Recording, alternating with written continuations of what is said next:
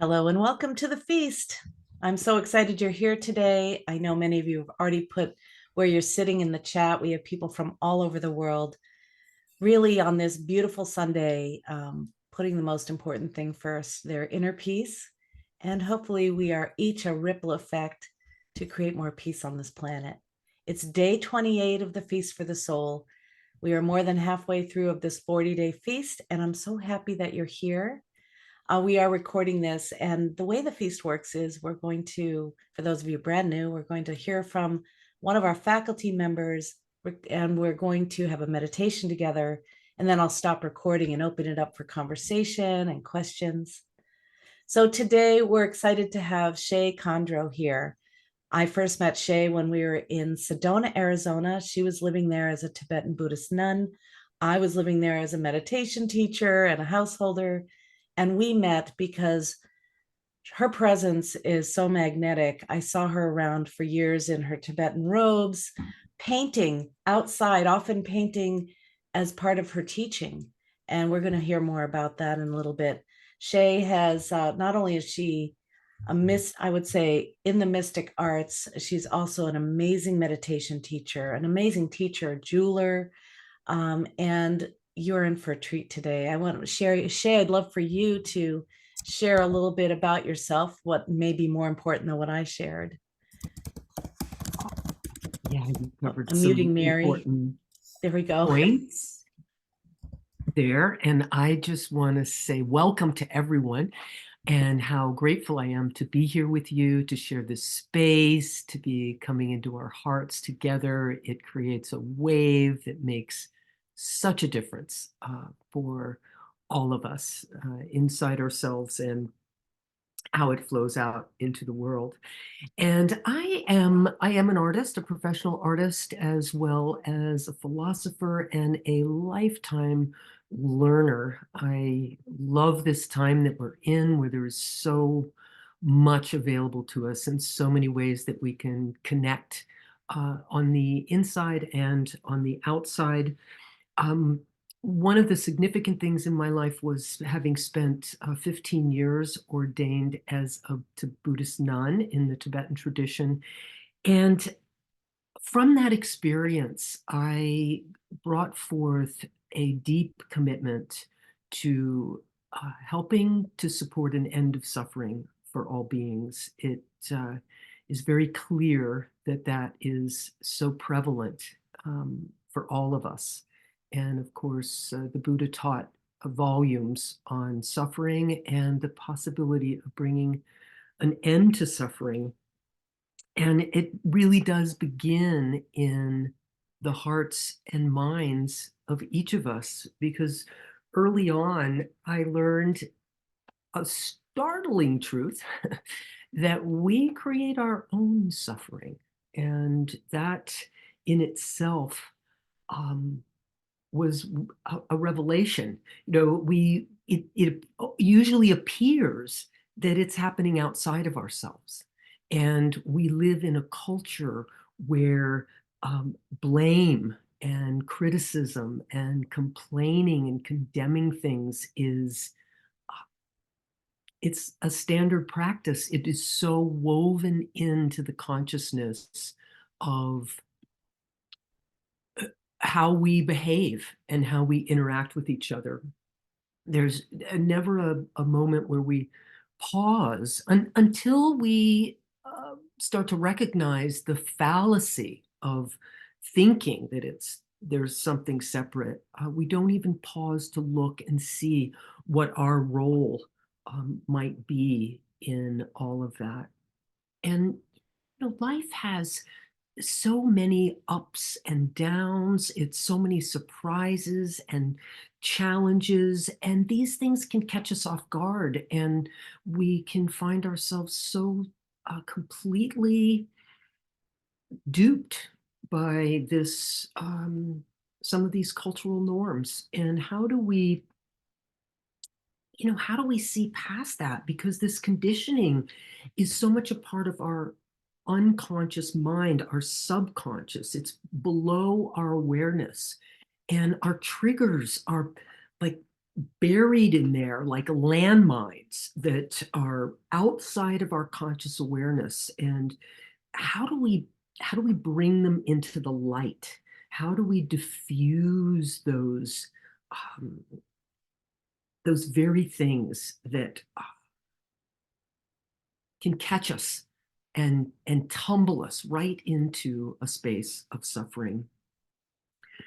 So, today I wanted to call this mindful resilience, because it's the idea of how do we deepen our awareness, and so that we can meet these unpredictable waves in our lives and in our universe, and be able to bounce back, and even bounce back from these challenges of life even stronger and clearer, and less likely to get trapped by the same things over and over again.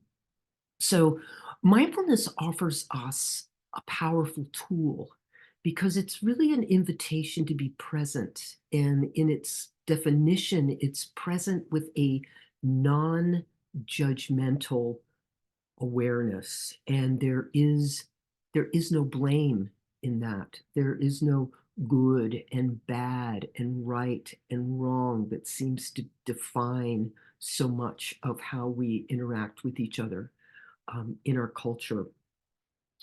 But, mindfulness also is not just about finding stillness in our meditation practice.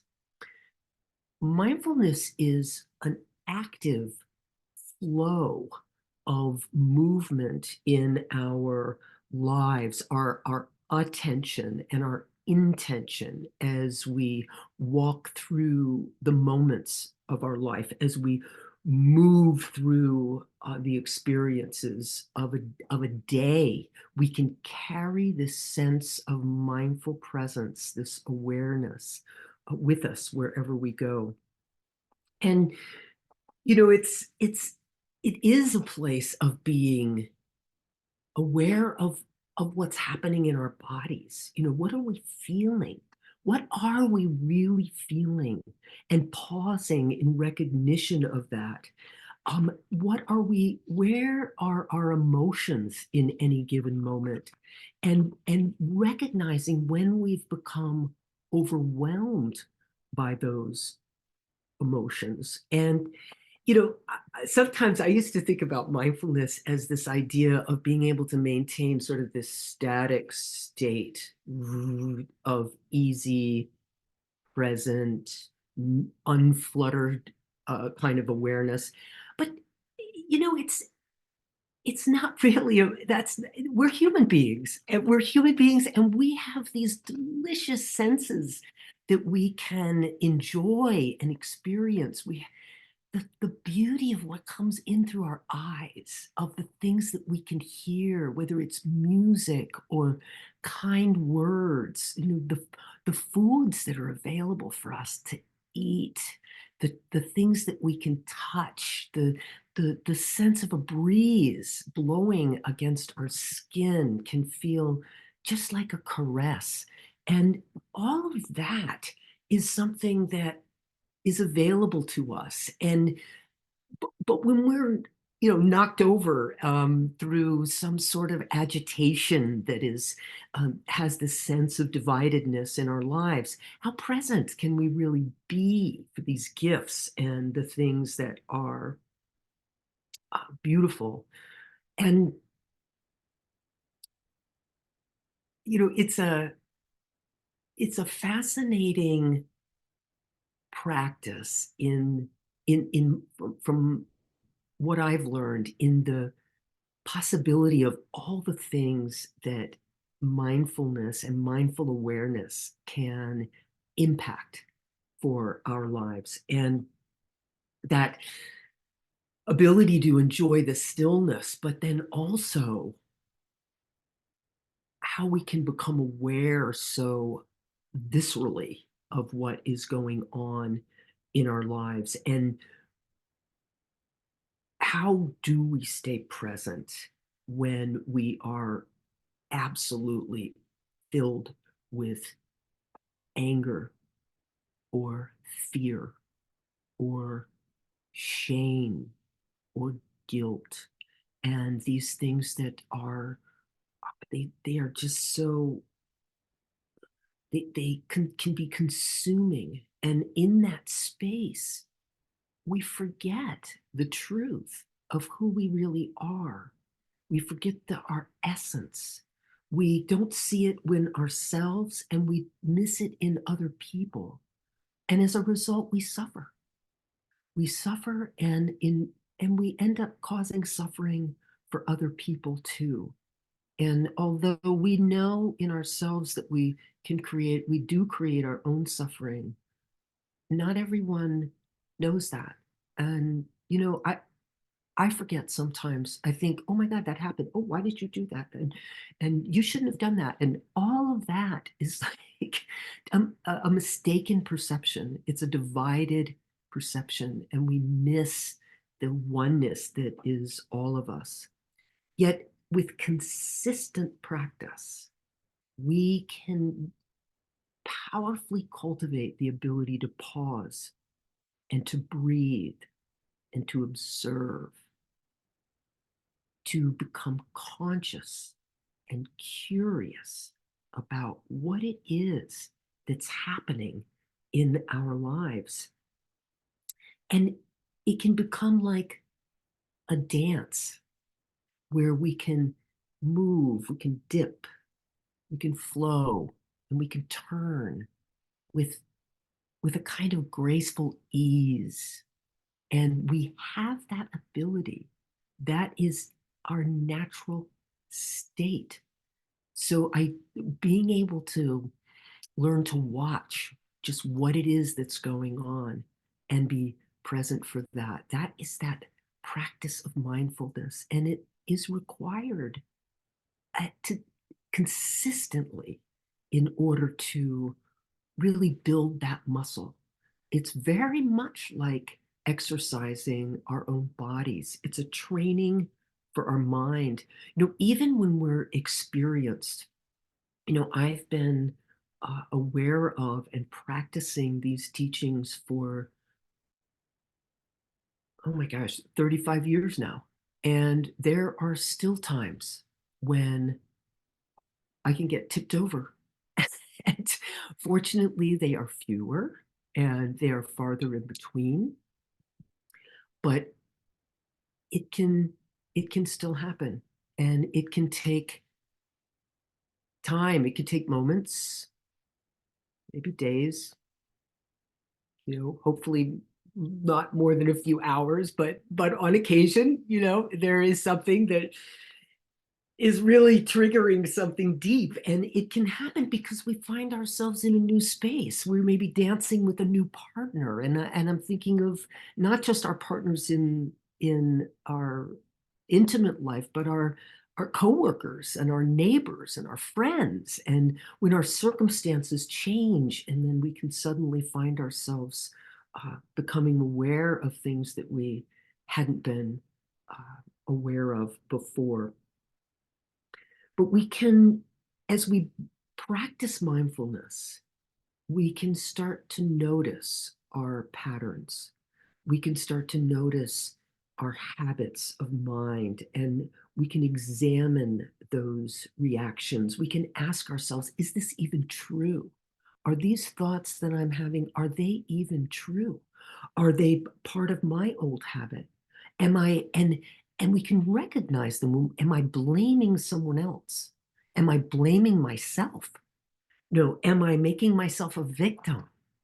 No, we are not victims. We are powerful beyond measure.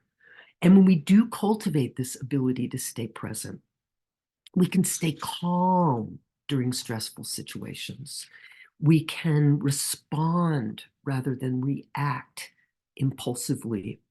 We can treat ourselves and others with kindness and compassion, regardless of the agitation that may be present in that moment. We can develop an open and accepting attitude. There's so often we there are billions of people on this planet, and we are each looking through our own lenses, through our own experiences, our own cultural conditioning. We are a global community now. There are a myriad of different cultures. We are looking through our family conditioning, the culture of our own smaller communities, their expectations. We're looking through our own wounds. I often remind myself that when people are acting badly, they are acting out of their pain. And can I, as I love the phrase from A Course in Miracles, if it's not love, it's a call for love. And can I be still enough and be under the chaos of reactivity and be able to recognize that when someone is acting badly, it is not personal, and it is a call for something more, whether it be patience, compassion, kindness. And as I always like to remind myself and others too, is if you're in danger of some sort, remove yourself from that situation. But oftentimes we're not really in danger. We're just triggered. We're just sad. We just wish it wasn't so. And we can move on from there. But I also find these days that when I am triggered, I also find myself in a space of gratitude, because from that space, I am becoming aware of what's in my blind spot. I'm coming aware of more clarity in what I'm feeling. And I have the opportunity to rewire those patterns. And I can move forward with more patience and compassion. So I encourage anyone, particularly people that I work with, I encourage you all to develop a mindfulness practice. 15 minutes a day will change your life. It changes the way we interact with ourselves. It changes how we interface with each other. And I encourage us all to carry that mindfulness practice off of your cushion. Sitting for your mindfulness practice is a very important part of training our minds, but moving in mindful awareness through our day as our feet hit the floor in the morning, feeling the earth, feeling the gratitude of the new day. Yes, as I get older, my body may not feel quite as lively as it once did, but I'm still here, and I'm still present to the possibilities for joy and happiness and dance and life and light. And I want to be here, and I want to be able to be alive in a time when we're so connected and we can uplift each other and hold each other in this space. So that just that present moment awareness and that gratitude that we can bring into our movement through our day. I encourage you to seek out a mindfulness practice.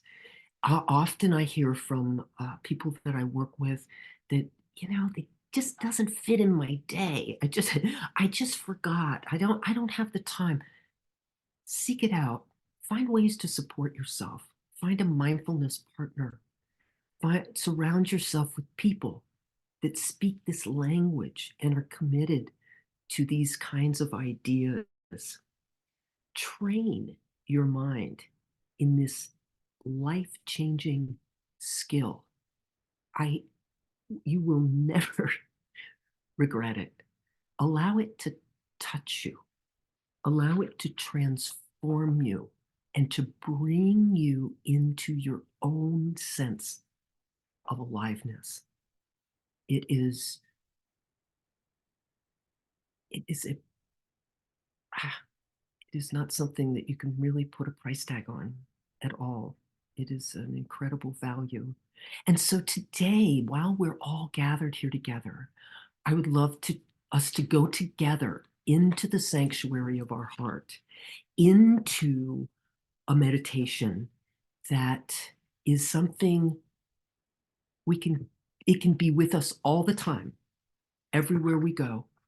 And we always have the ability, once we've cultivated this practice, to pause and find that space.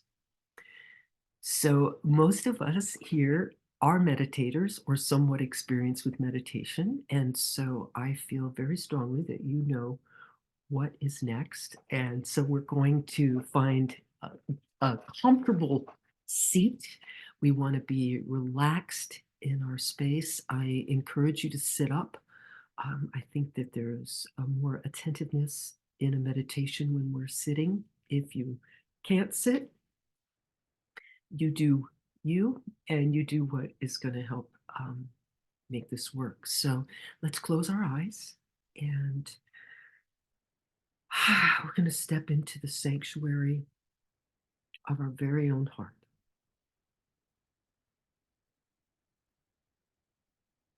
And as we become present with this meditation, I'd like to invite you to find refuge in the calming rhythm of your breath,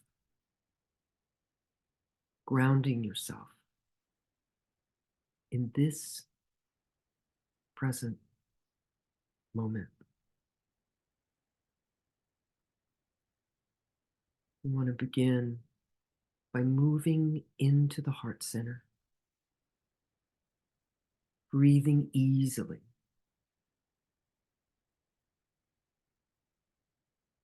Feel the warmth at the center of your chest as you relax into this present moment. No judgment. There's nowhere you need to be. There's nothing better you could be doing for yourself. There is no right, there is no wrong, there is no good, there is no bad.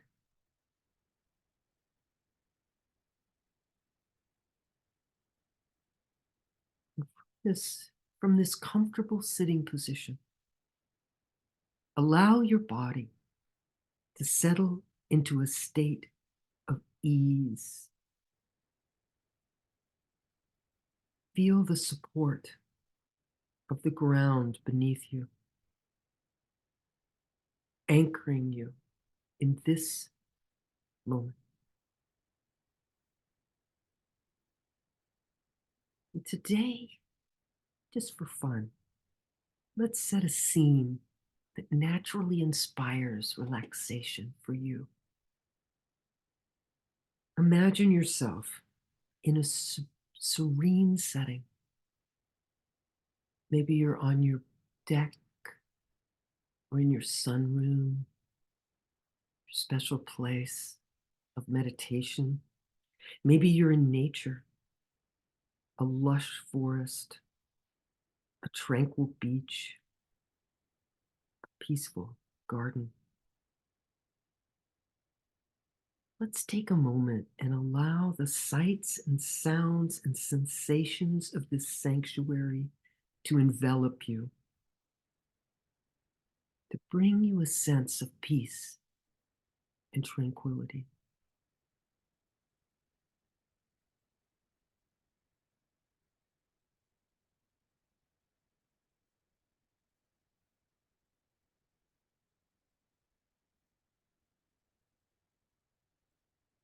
And on your next breath, shift your awareness from what is around you to the space within you. Notice the gentle rise and fall of your chest, the sensation of air passing through your nostrils as you inhale Imagine drawing in pure, revitalizing energy from the universe. And as you exhale, visualize releasing any tension, any worries, allowing them to dissolve into the ether.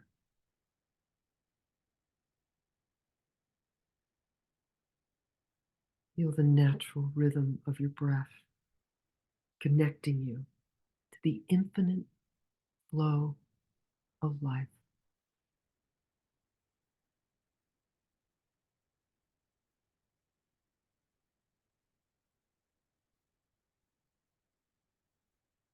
And with each breath, begin to count silently in your mind.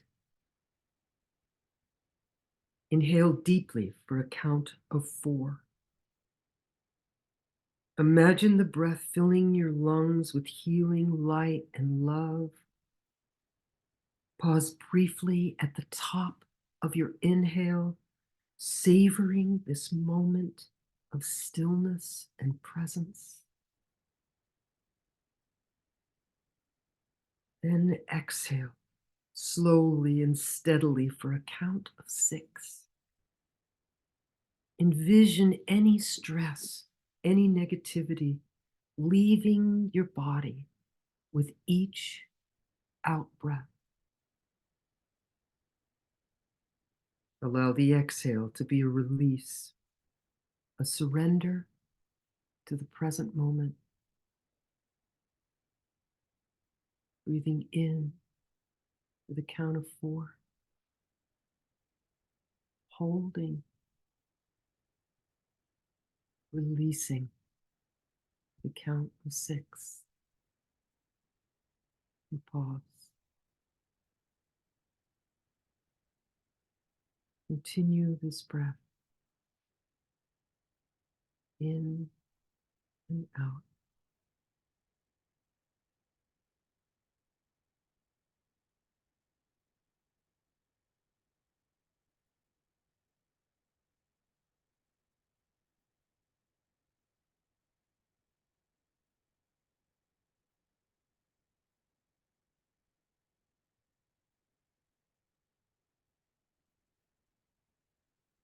Repeating this pattern, allowing each breath to deepen your sense of calm and centeredness. With each inhale, inviting peace and tranquility, allowing it to wash over you like a gentle wave. And with each exhale, let go of any burdens or worries, surrendering them to the loving embrace of the universe. Feel yourself becoming more grounded or present with each breath you take, sensing the aliveness within and around you.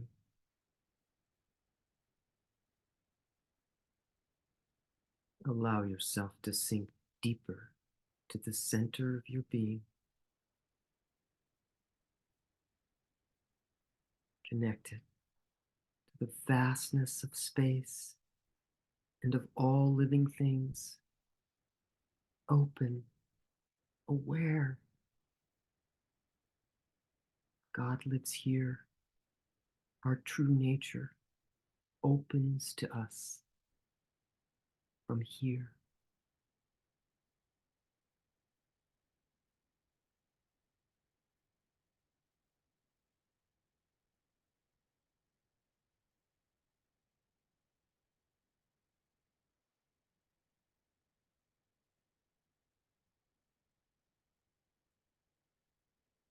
Now take a moment to reflect on a time that you faced adversity.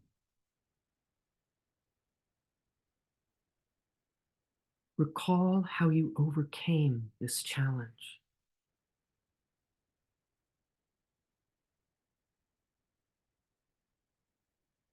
What did you learn?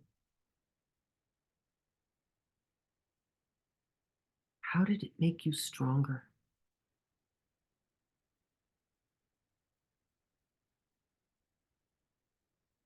Resilience is not about avoiding difficulties, but bouncing back, clearer, stronger.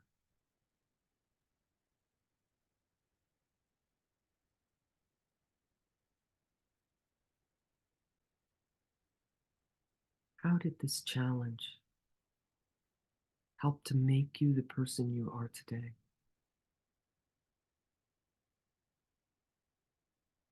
How did it make you stronger?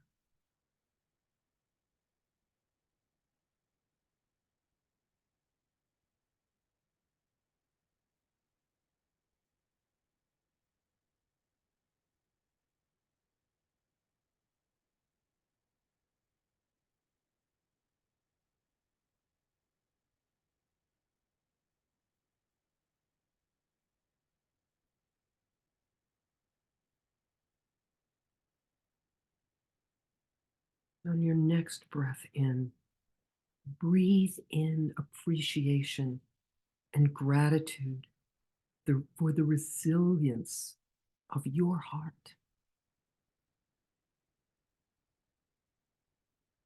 And we even count the number of times it's been broken. Yet it continues to open, to love, to share, to give.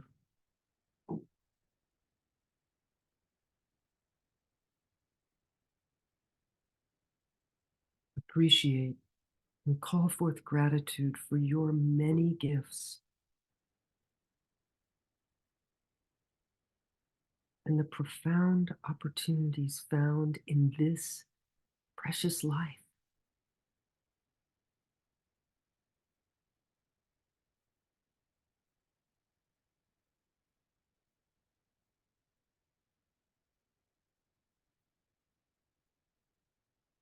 Know that this breath, this sanctuary in your own heart, is yours and available to you in any storm. It is always with you. Whenever life's turbulence threatens to sweep you away, return to this gentle rhythm of breathing. Allow it to anchor you in this present moment, reminding you of the inner strength and resilience that resides within. Know that you carry this sanctuary wherever you go, a place of peace and serenity that through mindful awareness is always available to you.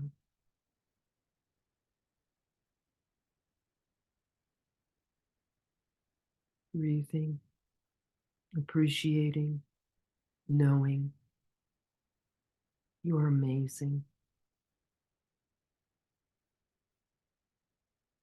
And as we begin to close this meditation, I'd like to invite you to give rise to gratitude to yourself for taking this time to meet the stillness within, to come to know this place that is within you, under the chaos, under the distraction, under the racing thoughts, under the tendency to divide, to blame, to criticize, condemn, complain.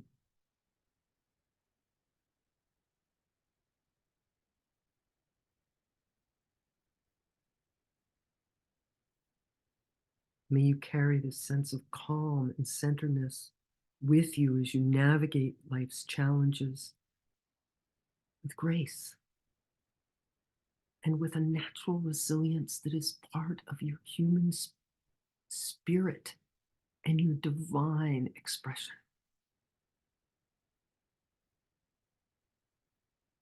May your roots be strong and your branches be flexible.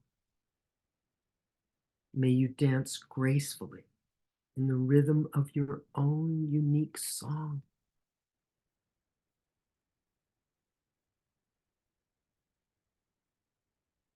And thank you from my heart to yours for walking with me as we seek to gracefully navigate this journey of life and embrace the transformative power of mindfulness, building our resistance and savoring the beauty of life's ebb and flow.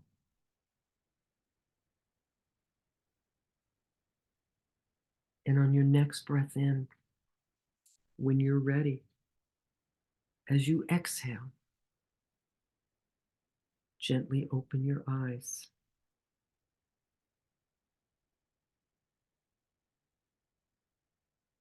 May you always find the sanctuary and the refuge of your own heart. And may we know peace, peace in our hearts, peace in our world. Thank you.